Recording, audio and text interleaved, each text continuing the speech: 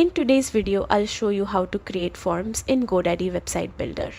Forms are perfect for gathering contact information, feedback, or any details from your visitors. Start by opening your browser and going to GoDaddy. Log in using your email, Facebook, or Google account. From your dashboard, go to Websites plus Marketing, find your site, and click Manage.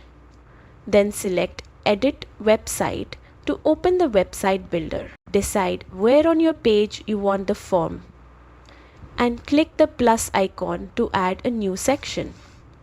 Browse the available form layouts such as contact forms and select the one that fits your design and needs. Once added, customize the form by editing or removing fields, adding new ones, and personalizing the text. Set up notifications to receive alerts when someone submits the form. Preview it on both desktop and mobile to ensure it looks good and functions smoothly. Finally, publish your site. Your form is now live, allowing visitors to interact with it directly and helping you engage more effectively with your audience.